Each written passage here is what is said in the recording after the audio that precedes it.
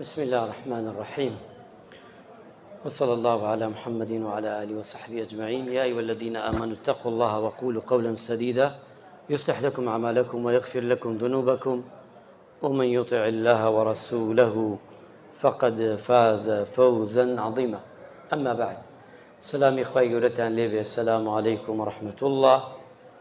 گەشتینە حەدیسی 33 لە فەرمایشتەکانی پێغەمبەری خوا عەلەیهی سەڵات وەسەلام، دەرخستنی خۆشەویستی و برایەتی.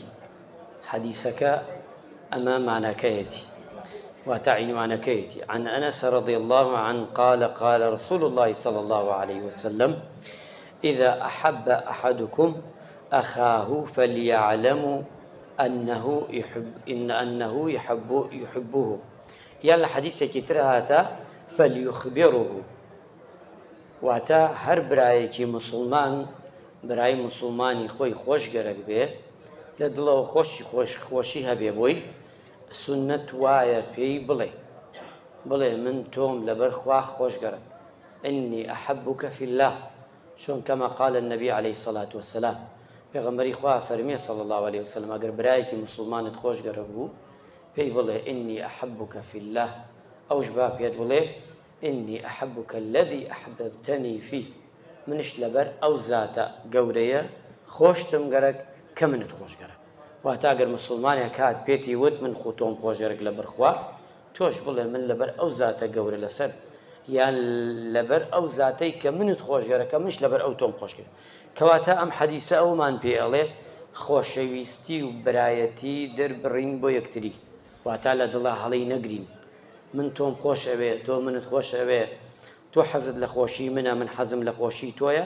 پێغەمبەری خوا صلی الله عليه وسلم فێرمانەکە کە دەری ببڕین، لە دڵە هەڵی نەگرین، ئەبێ چی بکەین بۆ یەکتری دەری ببڕین و ئاگاداری یەکتری بکەینەوە، چونکە ئەبێتە مایەی خۆشبەختی بۆ کۆمەڵگا. حەدیسی 34ەم دەربارەی ڕۆژگارە، بەرەو خراپبوون دەڕوات یان دەچێت، باوا بڵین. حديثك في غمري نازدار ماني عليه الصلاة والسلام عن أنس بن مالك رضي الله عنه قال قال رسول الله صلى الله عليه وسلم ما من عام إلا والذي بعده شر منه حتى تلقون ربكم.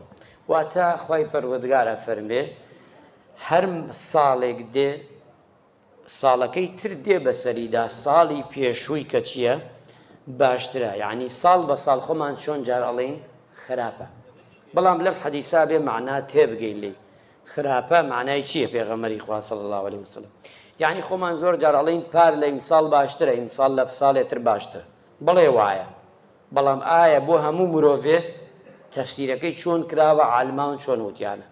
عالمان وتیانە دوو تەفسیریان کردووە. یەکەمیان ئەوەیە ئەڵێن عامی خەڵکی، واتە لەسەر زەوی بە مسلمان و بە کافرەوە ئەم ساڵ خراپە زیاترە لە ساڵی پێشوو. نەک تۆ بێی بچووکی کەیتەوە لە فەردێک، لە 2 نەفەر، لە 3 نەفەر، لە 5,000 کەسێ، 100,000 کەسێ، ئەوە نا. ئەڵێ تەفسیری ئەوەڵ ئەڵێ کەواتە لە هەموو سەرزەویدا پار لە ئیمساڵ باشترە، پێرا لە ئیمساڵ پار باشترە، هەتا ئەڕواتەوە، هەتا ئەگاتە پێغەمبەری خوا عەلەیهی سەڵات وەسەلام. ئەمجا وتوانە نە، هەندێکیان وتوانە تەفسیریان کردووەم حەدیسە، ئەفەرمن خراپەی ئێستا خراپە زۆرترە هەتا ساڵانی ڕابردوو، ئاوە تەفسیریان کردووە.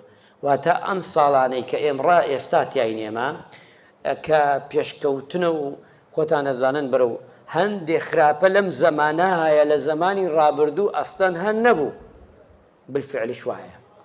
هەندێ نەخۆشی هەبوو ئێستا هەیە، لەو زەمانە نەبوو. هەندێ حرام ئێستا ئەکرێ بە ئاشکرا، لەو زەمانە هەر نەبوو، ئەگە بووش و کەم بوو، گشتی کەمتر بوو. هەگە تەماشاکەین تلیاکە، حەشیشەیە، مخدراتە، ئەمانە لە زەمانی جاران کەی بوو؟ نەبوو. جغارە خواردن هەتا ڕادەیەک ئەوەی لە ناو کۆمەڵگایە بووە بە جغارە بوو، ئێستا ئیش لە جغارە نەماوە، ئەوە نەخراپەی تراتەتە جێگای.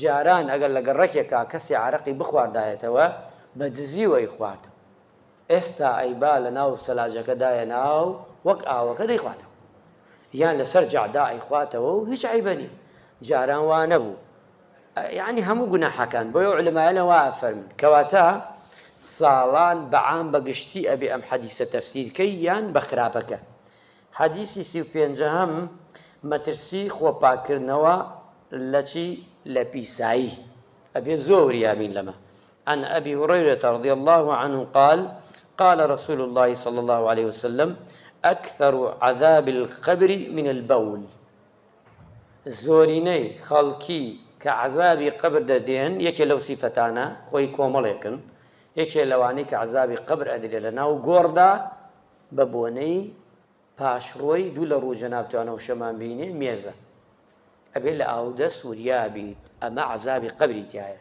نابێ پەلە پەلە بکەیت بە جوانی بە چاکی بە باشی خۆ پاکەیتەوە بیتە دەرەوە خۆی گەورە ڕەحمان لێ بکە و عاقبەت خێرمان بکە و لەشمان ساغ بکە یا ڕەبی خوا لە ئێمە و لێوەش قەبوڵ بکە وصلى الله على محمد